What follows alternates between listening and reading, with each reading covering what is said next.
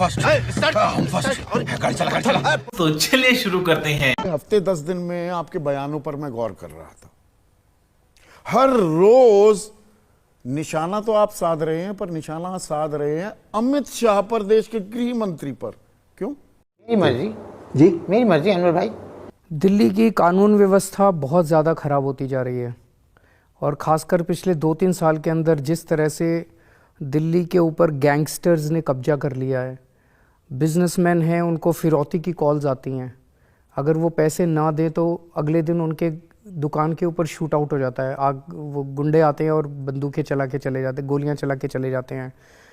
अभी तक इस साल लगभग 160 फिरौती की कॉल्स आ चुकी हैं, जो कि पुलिस के रिकॉर्ड में है। जो पुलिस के रिकॉर्ड में नहीं है वो तो पता नहीं कितनी होंगी। मैं वहाँ से आ रहा हूँ, नारायणा से, जहाँ पे एक भाई का मर्डर हो गया और एक भाई का मर्डर 6 महीने पहले हुआ था। 6 महीने पहले जब मर्डर हुआ था उन्होंने पुलिस वालों को लिख के दिया, लेकिन उसका कोई पुलिस ने एक्शन नहीं लिया। बड़ा हरामी हो बेटा। लिया 160 एक मिनट।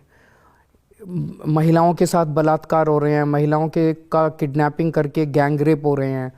तुम्हें शर्म है? कुछ शर्म आया है? ड्रग्स चारों तरफ फैले हुए हैं, दिल्ली के अंदर कोने कोने पे नशा बिक रहा है। ये सारा दिल्ली के लोगों को सुरक्षा प्रदान करने का काम देश के गृह मंत्री अमित शाह के डायरेक्टली अंडर में आता है, उन्हीं की जिम्मेदारी है। तो इसीलिए उनसे, वो दूसरी पार्टी की हैं, इससे मुझे कोई लेना देना नहीं है। वो बीजेपी के, इससे वो मेरे भी गृह मंत्री हैं, देश के गृह मंत्री हैं। बात तो सही है। तो मैं दिल्ली के लोगों की तरफ से उनसे गुहार कर रहा हूं कि दिल्ली के लोगों की सुरक्षा के लिए कुछ ठोस कदम उठाइए। हमको नहीं पता, हमको कुछ नहीं पता। 160 फिरौती की कॉलें हुई। कॉल तो आपके विधायक करते हैं।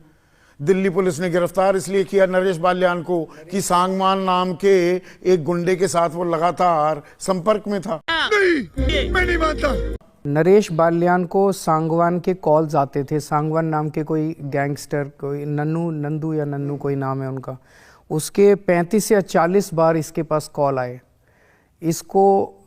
इसको धमकी देने के लिए। इसने 1 नहीं, 2 नहीं, 3 नहीं, 4 नहीं, 5 बार रिटर्न में कंप्लेंट की पुलिस को नरेश बाल्या ने कि मेरे पास धमकी भरे कॉल आ रहे हैं और उन कॉल्स के अंदर मुझे कहा जा रहा है कि मैं उसके लोगों के, जो उसके टारगेट्स हैं, उनसे पैसे इकट्ठे करके इस तक पहुंचाऊं। ये तो लेटेस्ट न्यूज़ है। मैंने ये करने से मना कर दिया। तो अब आज कॉल आया है, उसमें उसने कहा है कि मेरा बेटा यहाँ पे है, मेरे बच्चे यहाँ हैं, मेरी वाइफ यहाँ है और उनकी खैर नहीं है, तो मेरे परिवार को ख़त्म करने की धमकी दी जा रही है, मुझे बचाया जाए। उन कंप्लेंट्स के ऊपर कोई एक्शन नहीं लिया गया। अदालत ने 2 दिन की रिमांड पर भेजा। एक मिनट। उनके ऊपर कोई, ये 2 दिसंबर 2022 की बात है, जून 2023 की बात है, जुलाई 2023 की बात है। 1.5 साल से 2 साल से वो आदमी लगातार, हमारा एमएलए लिख रहा है कि मुझे धमकी भरे कॉल्स आ रहे हैं और मुझे परेशान किया जा रहा है, मुझे धमकियां दी जा। गैंगस्टर को नहीं पकड़ा आज तक पुलिस ने, नरेश बाल्यान को पकड़ के जेल में डाल दिया। तो मैसेज क्या दिया जा रहा है? बीजेपी मैसेज क्या दे रही है? अमित शाह जी मैसेज क्या दे रहे हैं दिल्ली के लोगों को? बात हुआ था हमारा उनसे, वो लव करते हैं। चूतिया बनाया तुमको कि अगर खबरदार तुमने अगर कंप्लेन करने की हिम्मत करी तो तुमको पकड़ के जेल में डाल देंगे। गैंगस्टर्स को क्या मैसेज दिया जा रहा है कि तुम सुरक्षित हो, जारी रखो। अरे अगर पकड़ना था तो गैंगस्टर को पकड़ो ना। नंदू को क्यों नहीं पकड़ा अभी तक? उस जनता माफ नहीं करेगी। वो जो भी नाम है उसका, क्या उनको, सांगवान को क्यों नहीं पकड़ा? 11-12 लगभग 1 दर्जन गैंगस्टर्स के गैंग दिल्ली के अंदर ऑपरेट कर रहे हैं इस टाइम। बच्चा जानता कौन कौन ऑपरेट कर रहा है, उनको क्यों नहीं पकड़ा जा रहा? कुछ समझे दया? हाँ सर, इसका मतलब है, इसका मतलब है पर आप जब अंतरिम जमानत पर आए थे लोकसभा चुनाव के दौरान, आपने ये कहकर राजनीतिक गलियारों में खलबली भी मचा दी थी कि भाई आने वाले दिन तो अब प्रधानमंत्री अमित शाह बनेंगे। ये 75 साल प्रधानमंत्री मोदी के लिए आपने वो अगले साल सितंबर 2025 का जिक्र कर दिया था। उन्हीं का रूल है कि 75 साल में रिटायर होंगे। मैंने तो उनका रूल उनको याद दिलाया था। उन्हीं का रूल है कि 75 साल में रिटायर होंगे, रिटायरमेंट के बाद कौन बनेगा। तो उनके अंदर खींचातानी चल रही है, योगी जी के बीच में, उनके बीच में खींचातानी चल रही है, सब जानते हैं। ये कोई मैं थोड़ी बोल रहा हूँ, सारी दुनिया जानती है। सही पकड़े हैं। ये खींचतान चल रही है, सभी लोग जानते हैं। उस खींचतान को आप और उसमें आग में घी डाल रहे हैं। नहीं। मेरा क्या लेना देना है संदीप जी, मैं दिल्ली के लोगों की सुरक्षा का मामला उठा रहा हूं, आप उसको पता नहीं कौन सी डायरेक्शन में ले गए। आप रेवड़ी पर चर्चा करने को भी तैयार हो गए। तो रेवड़ी, आप रेवड़ी मान रहे हैं, जो आप फ्री की बिजली दे रहे हैं, पानी दे रहे हैं, आप खुद कह रहे हैं ये रेवड़ी है। प्रधानमंत्री जी ने कहा था कि केजरीवाल फ्री की रेवड़ी देता है, फ्री की रेवड़ियां अच्छी नहीं है, फ्री की रेवड़ियां नहीं होनी चाहिए। मैं कह रहा हूं कि हाँ, मैं फ्री की रेवड़ी देता हूं, मैं पैसे चोरी नहीं करता। अगर दिल्ली के अंदर दिल्ली के लोगों को महंगाई से छुटकारा दिलाने के लिए मैं फ्री में बिजली देता हूं, बताइए क्या गलत कर रहा हूं। अगर एक एक एमपी, एक एक एमएलए को 5-5 हज़ार यूनिट बिजली हर महीने फ्री मिलती है, मैं अपने लोगों को 200 यूनिट बिजली फ्री देता हूं हर महीने, बताइए क्या गलत करता हूं। अगर एमपी एमएलए को 5,000 यूनिट बिजली फ्री मिले तो उनको नहीं। अगर मैं अपने बच्चों के लिए अच्छे स्कूल बना देता हूं और अच्छी शिक्षा देता हूं, फ्री शिक्षा देता हूं, तो ये तो इससे बड़ा राष्ट्र निर्माण का काम और क्या होगा।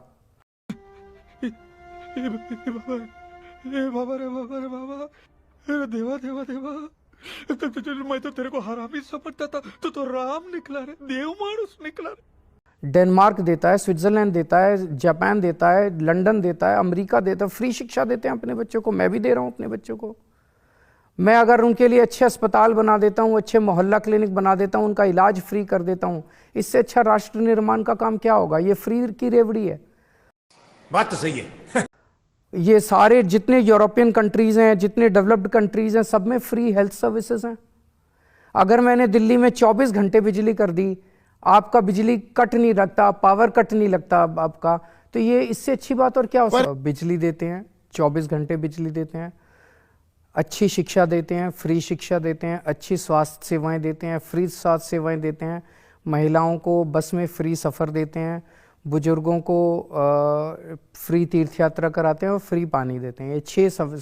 ये सुविधाएं हैं। केजरीवाल जिंदाबाद। अब आप बोल रहे हैं केजरीवाल जिंदाबाद, हमें गिरफ्तार नहीं होना है इसलिए। तो झूठ बोल रहे थे अभी। हाँ, मैं झूठ इसलिए, हाँ, पुलिस की इसलिए झूठ बोल रहा। ये रेवड़ी नहीं है, ये 6 सुविधाएं हैं जो दिल्ली सरकार अपने लोगों को देती है पैसे बचा के, और ये सुविधाएं देने के बावजूद भी दिल्ली का बजट फायदे में चल रहा है, नंबर 1। नंबर 2, इन सुविधाओं को देने के बावजूद भी we are conscious of the fact कि हम दिल्ली की देश की राजधानी की सरकार चला रहे हैं। यही नहीं, अभी और सुनिए। इंफ्रास्ट्रक्चर में कोई कमी नहीं होने दी। जितना इंफ्रास्ट्रक्चर 70 साल में बना, उससे ज्यादा इंफ्रास्ट्रक्चर 9 साल में बनाया हमने।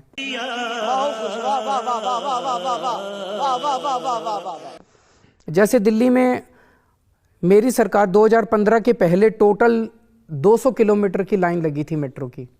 9 साल में हमने 450 किलोमीटर की लाइन बनाई, मात्र 9 साल में। दिल्ली में 65 साल में 62 फ्लाईओवर बने थे, हमने 9 साल में 38 नए फ्लाईओवर बनाए हैं। हमने 9 साल में 10,000 किलोमीटर नई सड़कें, 6800 किलोमीटर नई सीवर पाइपलाइन और नालियां, 4000 किलोमीटर लंबी पानी की पाइपलाइन लगाई है। ये काम एक ही कमीना कर सकता है।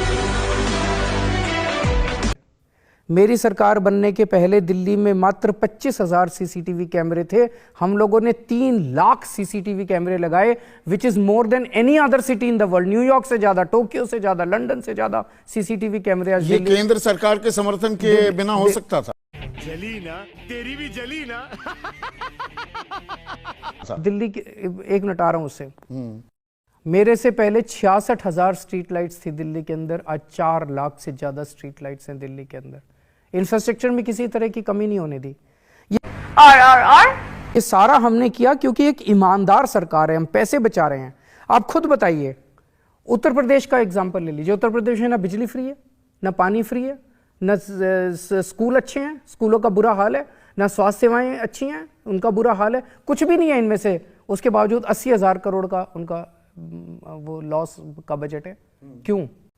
ये दिखाता है कि आपके दिल्ली आपने सरकार वो कौन सा मनी प्लांट लगा रखा है, पेड़ पे कौन से पैसे उगा ईमानदार रहे हैं? सरकार है, पढ़ा लिखा आदमी हूँ, अकाउंट्स की भी जानकारी है, इंजीनियरिंग की भी जानकारी है, इंजीनियर हूँ इसीलिए बिजली 24 घंटे कर दी।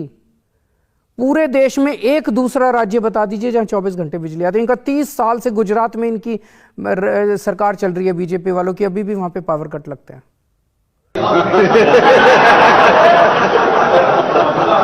20 राज्यों में बीजेपी की सरकार है, एक राज्य बता दीजिए जहां 24 घंटे बिजली आती हो, कहीं नहीं आती। पर जहां इंजीनियर पर हूं आप इसीलिए। बिजली की बात कर रहे हैं, आपने स्वास्थ्य सेवाओं की भी बात की, जो केंद्र की ऑलरेडी एग्जिस्टिंग योजनाएं हैं, आप उनको लागू नहीं करते हैं। प्रधानमंत्री जन आरोग्य योजना है, 5 लाख का बीमा वहां मिल सकता है, आप लागू नहीं करें। शाबाश बेटा, बहुत बढ़िया। अच्छा, आप एक चीज बताइए, दिल्ली के अंदर हमने सबका इलाज पूरा मुफ्त कर दिया। 5 लाख क्या 50 लाख का भी अगर आपका बिल आएगा, अगर आपका कोई ऑपरेशन कराना है, कोई बीमारी हो गई, 50 लाख का भी बिल आएगा तो आपका फ्री है। ये ज़्यादा अच्छी है कि उनकी योजना वो कहते नहीं 5 लाख से ज़्यादा नहीं देना, 5 लाख से ज़्यादा होगा तो पैसे अपने देने पड़ेंगे। हमने सबके लिए मुफ्त कर दिया। वो कहते हैं जिसके पास कार है, जिसके पास फ्रिज है, जिसके पास टीवी है, जिसके पास ये है, ये है, ये है, उनको इसका बेनिफिट नहीं मिलेगा। तो उनकी योजना अच्छी, मैं अपनी योजना हटा के उनकी योजना कैसे लागू जब कर दूं? इतने पैसे हैं दिल्ली के पास और आप अपना दिमाग, अपनी एक्सपर्टीज जो आप कह रहे हैं वो लगाते हैं, तो मैं फिर से वो बस मार्शल्स की बात वहां भी मेरी अटकी हुई है एक सुई। 10,000 लोगों की नौकरी आप परमानेंट हम तो परमानेंट करना चाहते हैं ना। आप अब वो मुझे मालूम है आप कह रहे हैं करना चाहते हैं, एलजी नहीं करने दे रहे, पर जो अभी हैं बस मार्शल्स मौजूदा भी हैं, वो शिकायत ये कर रहे हैं कि 3 महीने से तो हमें तनख्वाह नहीं मिल रही। स्टार्ट करो प्यारे बच्चों, जो कुछ करना था कर लो, अब्बू आ रहे हैं। नहीं, सारी तनख्वाह मिल रही है। बीच में जब मैं जेल चला गया था, मेरे पीछे से इन लोगों ने कई काम रोक दिए। दिल्ली की वृद्धावस्था पेंशन रोक दी इन लोगों ने। तरह तरह से इन्होंने करके कई सारी दिक्कतें की। अब सारी चालू करा रहा हूँ, सारे रुके हुए काम शुरू हो रहे हैं। चिंता मत कीजिए, जिनकी भी तनख्वाह अगर रुकी हुई है अब मिल जाएगी, मैं कराऊंगा। तुम चुल्लू भर पानी में जाके डूब के मर जाओ। एमसीडी की सिचुएशन आपको बताता हूँ। 15 साल बीजेपी थी एमसीडी में, क्या हाल कर दिया था इन्होंने दिल्ली का और क्या हाल कर दिया था एमसीडी का। आप उनके दिन याद करो जब एमसीडी के अंदर सफाई कर्मचारी परमानेंट हड़ताल पे रहते थे, कभी काम पे नहीं जाते थे। किस लिए हड़ताल पे रहते थे? तनख्वाह नहीं मिली, तनख्वाह चाहिए। 6-6 महीने, 8-8 महीने तनख्वाह नहीं मिलती थी। आते ही हमने सबसे पहला काम किया, उनके फाइनेंसेस को ठीक किया। आज जब से हमारी सरकार बनी है, हर महीने के पहले हफ्ते हर सफाई कर्मचारी के अकाउंट में तनख्वाह पहुंच जाती है। जब से हमारी सरकार बनी है, एक दिन भी सफाई कर्मचारी हड़ताल पे नहीं गए। बात तो सही है। सफाई कर्मचारियों को पक्का किया जा रहा है। बहुत सारे मसले हैं एमसीडी के, उन सारे मसलों को सॉल्व कर रहे हैं। थोड़ा टाइम तो दीजिए। 75 साल में जो इन्होंने गंद मचाया था, 2 साल में मत उम्मीद कीजिए बस केजरीवाल आएगा और झाड़ू चलाएगा और सब साफ हो जाएगा। आपकी और बीजेपी क्या बढ़िया था गुरु। 2 साल में मैं कैसे ठीक करूं एमसीडी को? काफी कर रहा हूं ना। दिल्ली में भी शिक्षा ठीक बीजेपी वाले कह रहे हैं डबल इंजन सरकार बना दो। ये छोड़िए यार, अच्छा, केजरीवाल तो कहते रहेंगे अरे मुझे एलजी काम नहीं करने देते, नहीं सारे काम कराए, देते। कोई काम रुकने दिया? मेरे को एक चीज बताओ, 20 राज्यों में बीजेपी की सरकार है, मेरे को उनका एक राज्य बता दो जहां 24 घंटे बिजली आती है।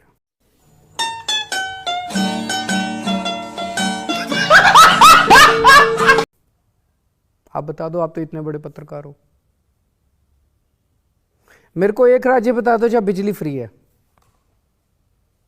तो इसका मतलब साफ साफ है कि अगर यहां इनकी डबल इंजन सरकार आ गई तो बिजली के पावर कट लगने चालू हो जाएंगे और फ्री बिजली बंद हो जाएगी जैसे बाकी राज्यों में है। You are right bro. मेरे को इनका 20 राज्यों में से एक राज्य बता दो जहां पे स्कूल अच्छे हैं, सरकारी स्कूल अच्छे हैं। 30 साल हो गए गुजरात के अंदर। जनवरी लिखे।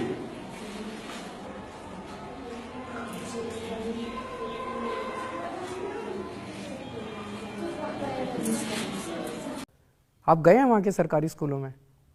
बुरा हाल है। तो अगर बीजेपी की डबल इंजन सरकार यहां आ गई, बड़ी खतरनाक है डबल इंजन सरकार। अगर ये डबल इंजन सरकार यहां आ गई तो आप सोच सकते हो यहां के स्कूलों का फिर 18 लाख बच्चों का भविष्य खराब हो जाएगा। आप एक राज्य इनका बता दो जहां पे अस्पताल अच्छे हैं, दवाइयाँ फ्री मिलती हैं, स्वास्थ्य सेवाएं अच्छी हैं, कोई राज्य नहीं है। यूपी में बगल में चले जाओ, देखो कोई सरकारी अस्पताल का क्या हाल है। दिल्ली के सरकारी इतने ये आश्वस्त सारे हैं। सरकारी अस्पताल इन्होंने ये खराब हो जाएंगे अगर दिल्ली में इनकी सरकार आ गई तो। अगर इतने आश्वस्त हैं, इतने इत्मीनान में अरविंद केजरीवाल, वो दौड़ा दौड़ा भागा भागा सा अरविंद हमें क्यों दिख रहे हैं, पदयात्रा पर निकल रहे हैं, पूरा जोर लगा दिया है, दौड़ा दौड़ा भागा भागा सा क्यों हो रहे हैं? नहीं, हम प्रचार करेंगे, चुनाव आए हैं, चुनाव में प्रचार सब लोग करते हैं, हम भी करेंगे, जनता के बीच में जाएंगे। पदयात्रा निकाली, दिल्ली पुलिस कहती है पदयात्रा की इजाजत तक नहीं ली। इजाजत ले रहे हैं, इजाजत नहीं लेते तो दिल्ली पुलिस मुझे अलाउ कैसे कर देती है? Emotional damage. इजाजत होती है तभी तो अलाउ करते हैं वो लोग। पद यात्रा इसलिए भी निकाली कि कहीं हार ना हो जाए, अस्तित्व का खतरा। तौबा तौबा तौबा, सारा मूड खराब कर दिया। क्यों? चुनाव प्रचार कर रहे हैं, अस्तित्व का खतरा कहां से आ गया, हार का खतरा कहां से आ गया? तो फिर ये सेंध हमारी भी, आपके पास क्या टैलेंट पूल कम हो गया आम आदमी पार्टी में? अपने लोगों, अपने कार्यकर्ताओं पर भरोसा नहीं। सबसे तेजी से कोई पार्टी अगर नेशनल पार्टी बनी है, वो गौरव आपको हासिल है, इसमें मुझे कहने में कोई दिक्कत नहीं है, पर बीजेपी के लोगों को भी ला रहे हैं और खास नजरें इनायत कर रहे हैं कांग्रेस पर। अवध ओझा ने भी ज्वाइन किया। तो ये आपकी नजरें भी सिलेक्टिव हैं। मेरी नजरें तो सिलेक्टिव हो सकती है, आप ये सिलेक्शन किस आधार पर कर सकते हैं? अच्छे लोगों को लाएंगे, परिवार अच्छे तो लोगों तभी... को आपके पास नहीं है लोग, आपके पास हमारे लोगों पास की हैं, कमी और है। भी अच्छे लोग आएंगे, परिवार बड़ा बनेगा। जब परिवार बड़ा बनता है कांग्रेस तो के अच्छा पूर्व होता है। विधायकों को लेकर आ रहे हैं, मौजूदा विधायकों एक दिन ऐसा आएगा जब दिल्ली के सारे 2 करोड़ लोग आम आदमी पार्टी में होंगे, सारे कांग्रेस के भी, सारे बीजेपी के भी, सब लोगों का दिल जीत के मैं आम आदमी पार्टी में ले नहीं, जो ये त्रिकोणी